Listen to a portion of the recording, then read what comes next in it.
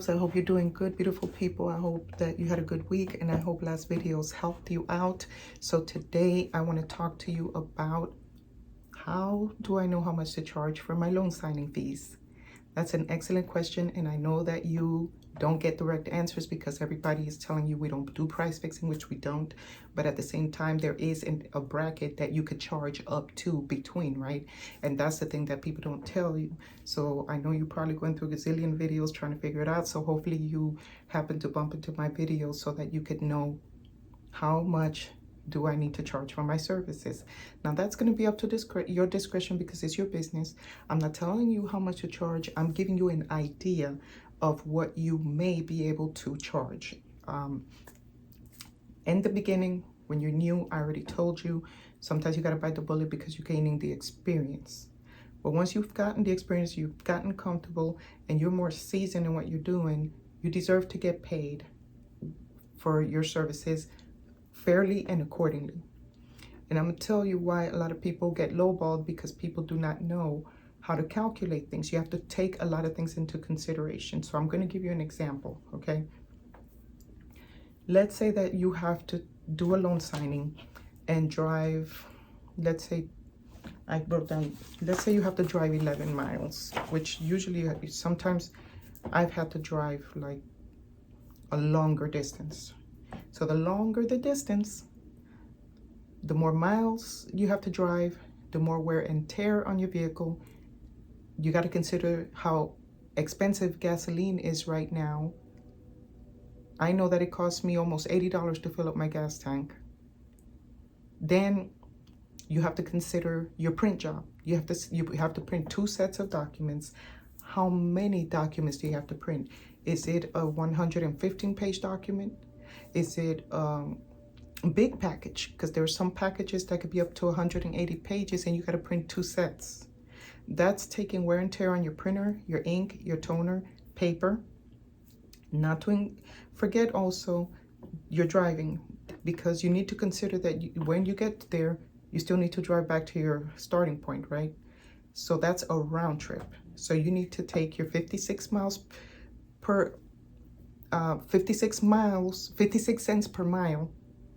So that was for 2021. For 2022 is 57 cents per mile, I believe.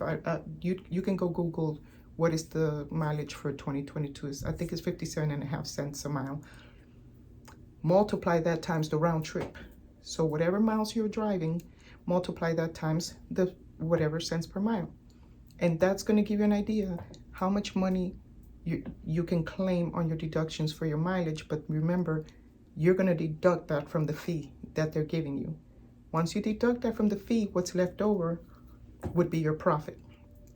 But put into consideration that you had to print the documents, prepare the documents, because you had to do the job in addition to the driving, and the printing is part of the work.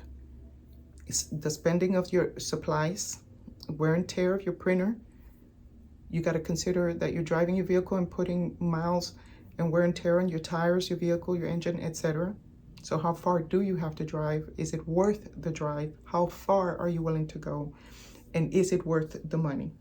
And then doing the actual notarization, right? So you have to take all of that into consideration. So some people just see, I don't know, let me throw a number out there, $85, and you think that's good money, but did you consider how much of that is going to be a profit for you? So I personally don't mind letting money go, because if I'm telling you that those are my prices and you're telling me that this is where you're going to pay me, that's where the integrity has gotten lost, because everybody's being lowballed and because you're not being told how to properly charge for your services. So we need to bring that integrity back to the business so that you know how to properly charge for your fees, where you feel good about doing a job rather than feeling resentful and wondering, did I charge the correct fee, because nobody else is telling you.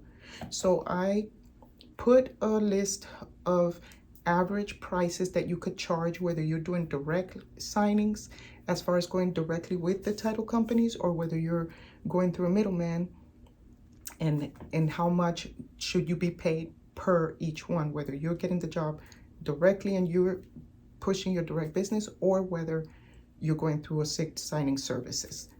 So don't let these companies lowball you, because see, the more we start standing our grounds that we're not going to budge for less than this, for this amount of miles or whatever, then they'll know that they have to step it up. Right now we're being hit with inflation, and everything has gone up. Groceries have gone up, gas, fuel has gone up, everything around us has gone up. So why would you consider to be lowballed for the same fees, knowing that we have to change with the times?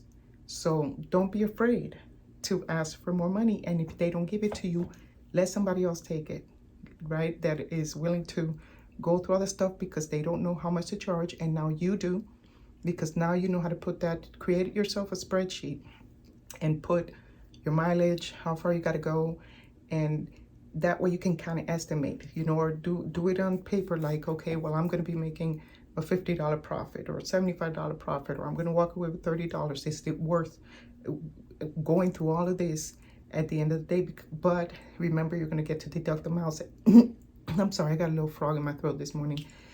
Remember, you're going to get to deduct your miles at the end of the year on your taxes, so that is also going to help. But at the same time, right now, you want to know that you're turning a profit. And remember, you got to buy paper, you got to buy more ink, you got to buy more toner, right? So please keep that in mind when you put your fees, so that you could be paid fairly for your services, because you are worth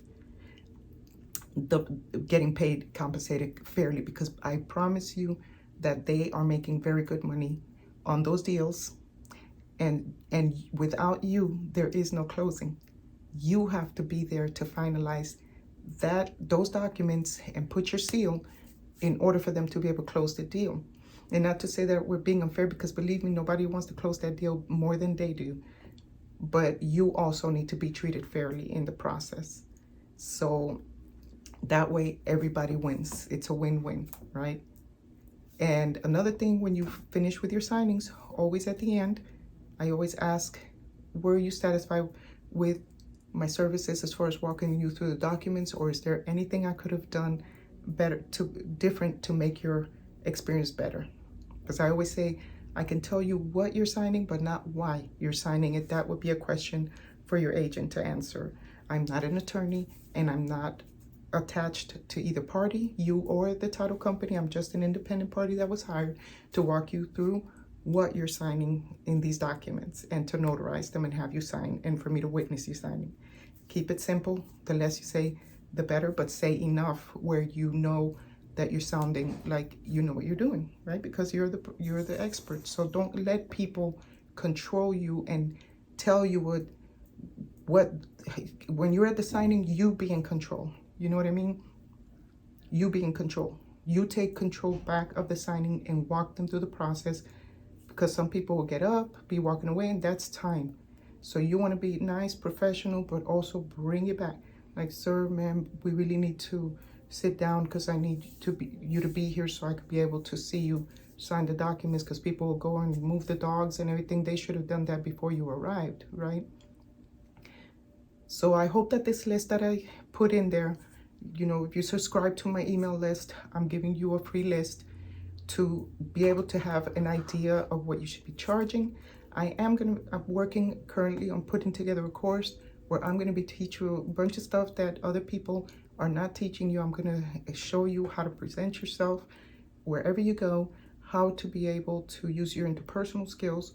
I'm going to help you to establish how to determine your proper business formation, and how to do it yourself, and other stuff that I'm planning to put in that. So if you subscribe to my email, then you will get alerts as far as to when my trainings are ready, in case you want to purchase the training, and you're going to get a plethora of information in that training. And right now, I would love for you to go and claim your free list, so that you could start knowing more or less how to charge, and keep it fair. Don't be, unfair with your fees, but at the same time, don't play yourself and don't short yourself just to get that job. So like I said, I'm going to talk more in depth about that in my trainings, but I hope that that was enough to let you get an idea that you need to know exactly how to price your services where you are fair to them, but also fair to yourself, because you deserve to be compensated for all the work you do and all that it's costing you to do that job. And if you don't get it, do not be afraid to let that job go, because it might not be for you. It might be there for somebody else to get, right? So anyway, I hope this helped. Stay beautiful. And if you have not yet subscribed, why not? Subscribe. Hit that subscribe button. Hit the like button while you're at it. And hit that notification bell so that you could catch my videos every Wednesday. And I will see you on the other side in the next video. Love you all. Bye for now.